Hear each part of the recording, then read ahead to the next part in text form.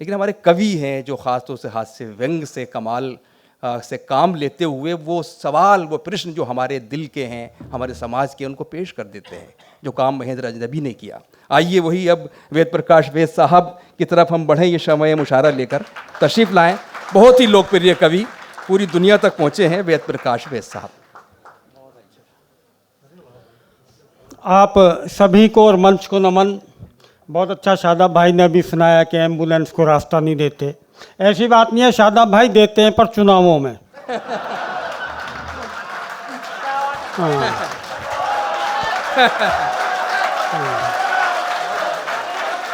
क्या बात है।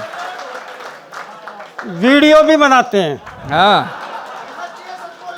चुनावों में अच्छा मैं तो है। सच में घर से बाहर आने के लिए ओला की जगह एम्बुलेंस करता हूँ, कहीं ट्रैफिक में ना फंस जाऊं। क्या बात है। राजनीति पे बहुत बातें नहीं करूंगा, सबका चरित्र, सारे दलों का चरित्र एक सा है।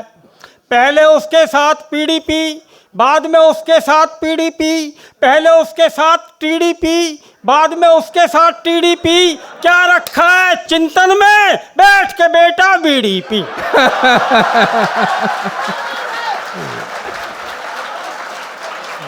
भाई क्या बात है, क्या कहने हैं। ये तो वन लाइनर में बैठ के बेटा बीड़ी पी, ये तो वन लाइनर में बात कहूंगा, आप समझते रहेंगे तो आनंद आता रहेगा। दुख की कोई बात नहीं करूंगा। आप अपना दर्द किसी को सुनाओ तो आपके दोस्त ही आपसे मजे लेने लगते हैं। हाँ सच बता रहा हूं मैं, वो रूस ने यूक्रेन पे हमला किया तो परेशानी में जेलेंस्की अपना सिर खुजा रहा था, तो उसके दोस्त ने उससे मजे ले लिए। बोला अब सिर में भी रूसी हो गई क्या। हाँ बात आपको अच्छी लगे तो तालियां वालियां आपके आती रहे।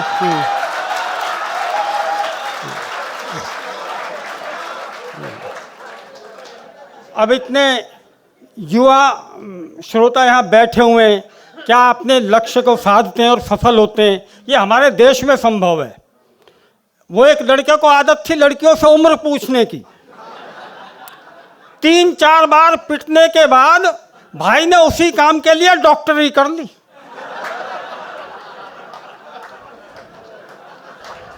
वाह।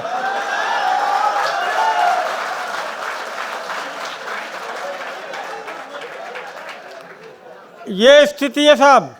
लीजिए मैं समय का ध्यान रखूंगा। हमारे वरिष्ठ आदरणीय कवि और शायर महोदय यहाँ बैठे हैं, आपको उनको समय ज़्यादा देना है।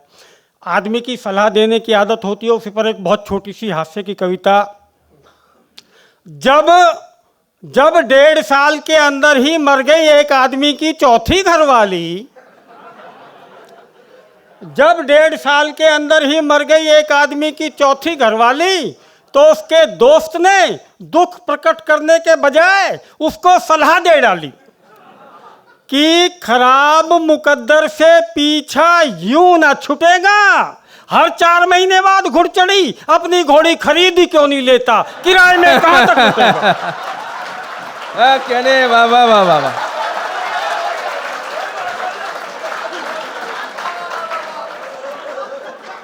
वाह वाह वाह वाह वाह वाह। सलाह काम कर गई, पर हाय रे मुकद्दर, 4 महीने बाद वो घोड़ी भी मर गई।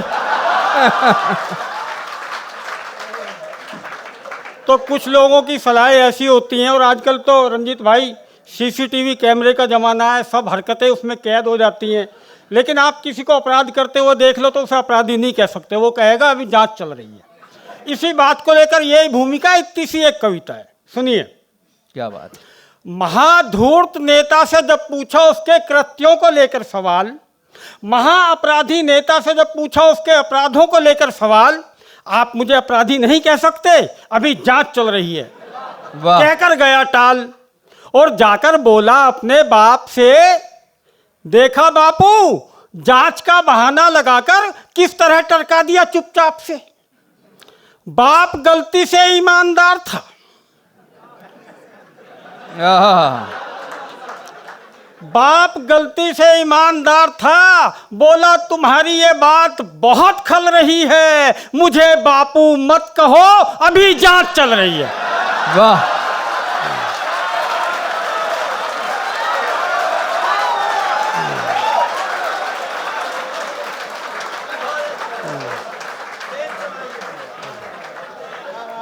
क्या बात है।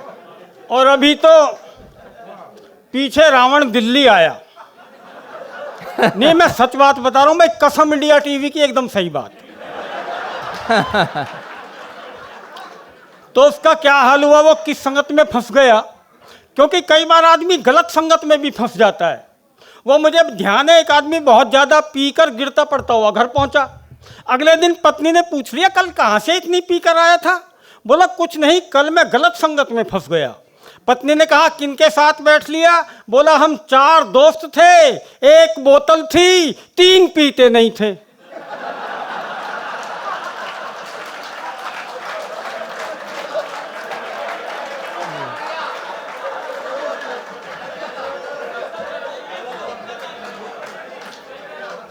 तो आदमी ऐसी गलत संगत में भी फंस जाता है।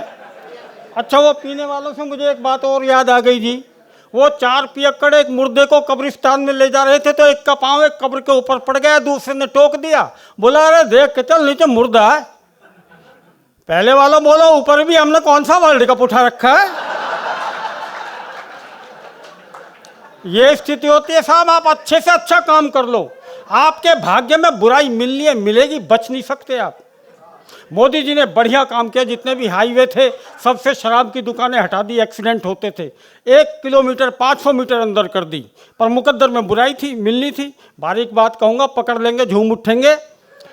एक लुगाई बैठे बैठे मोदी जी को कोस रही थी, अरे मोदी तूने ये क्या कर दिया, अरे मोदी तूने ये क्या कर दिया। पहले अच्छा खासा बाहर सड़क पर ही पड़ा मिल जाता था।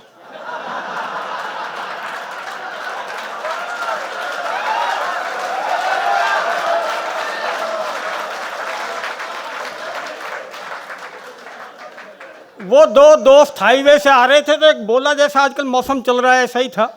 बोला यार क्या बढ़िया मौसम है, 2-2 घूंट लग जाए तो मजा आ जाए। उसने कहा देख यहाँ दुकानें तो है नहीं, हाईवे, अब कौन अंदर जाएगा कौन बाहर आएगा, चल चलते हैं सीधे घर। पहले वाला बोला यार एक बार अंदर जाना ही तो है, फिर तो वहीं से हाईवे शुरू।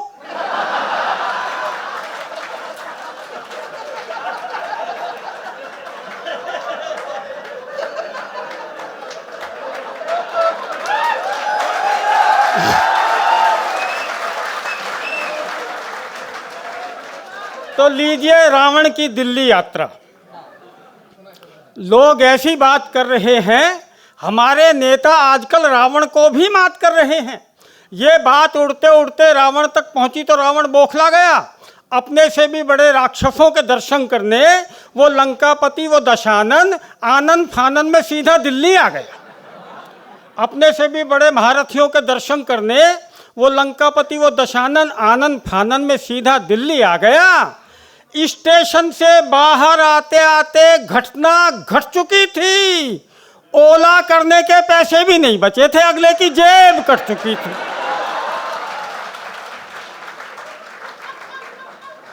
निराश मायूस लंकेश, चेहरे पे उदासी, मन में क्लेश लिए वो मुझसे टकराया।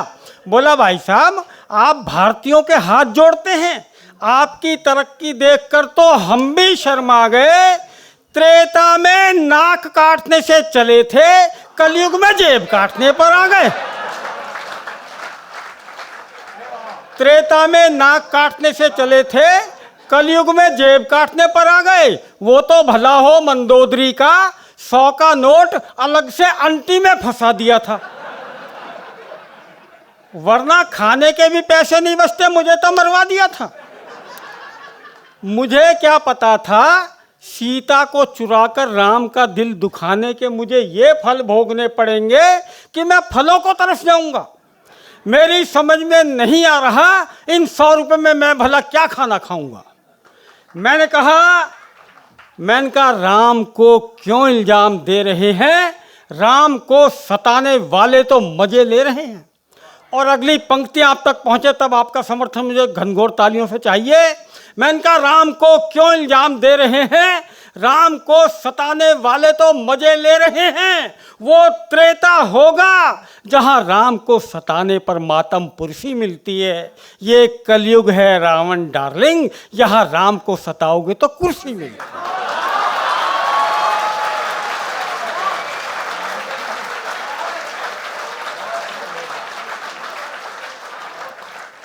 और रही बात खाना खाने की, तो चिंता मत कर, सामने ढाबे में 70-80 रुपए में बहुत बढ़िया थाली मिल जाएगी, तेरी तबीयत खिल जाएगी। जा, मैं इंतजार कर रहा हूं, तू खा कर आ।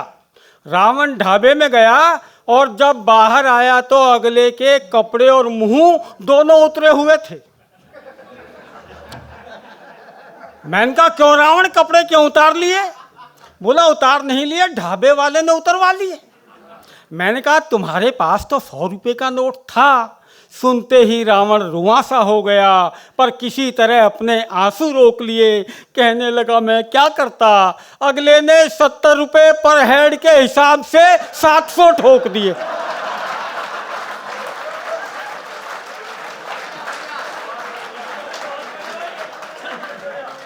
अगले ने 70 रुपए पर हेड के हिसाब से 700 ठोक दिए, पर अब मुझे कोई गिला नहीं है। अब मैं ये ही सोचकर नहीं रोता कि जिन नेताओं के दर्शन करने के चक्कर में मेरा ये हाल हो गया, अगर सच में उनके दर्शन हो गए होते तो मेरा क्या हाल होता, क्या हाल होता। और 10-15 सेकंड और आपके चाहता हूँ। हमें दिल्ली जैसे शहर में रहने के लिए बहुत अच्छे पर्यावरण की ज़रूरत है, उसका ध्यान रखना चाहिए। मेरे तो एक मित्र ने बहुत अच्छी सलाह दी कि हमको पेड़ लगाने चाहिए ज़्यादा से ज़्यादा, और हर पेड़ के आगे लिखवा देना चाहिए कि हमको पेड़ों से भी उतना ही प्यार करना चाहिए जितना हम पेड़ों के पीछे करते हैं।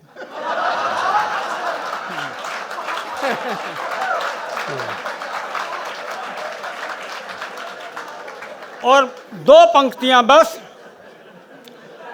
ध्यान चाहता हूं आपका समापन के लिए। समापन जैसी तालियां देना। कचरा फेंकते हुए आदमी को समुद्र ने बस इतना बताया था, यार तुमने तो मेरा नमक खाया था। धन्यवाद, आभार।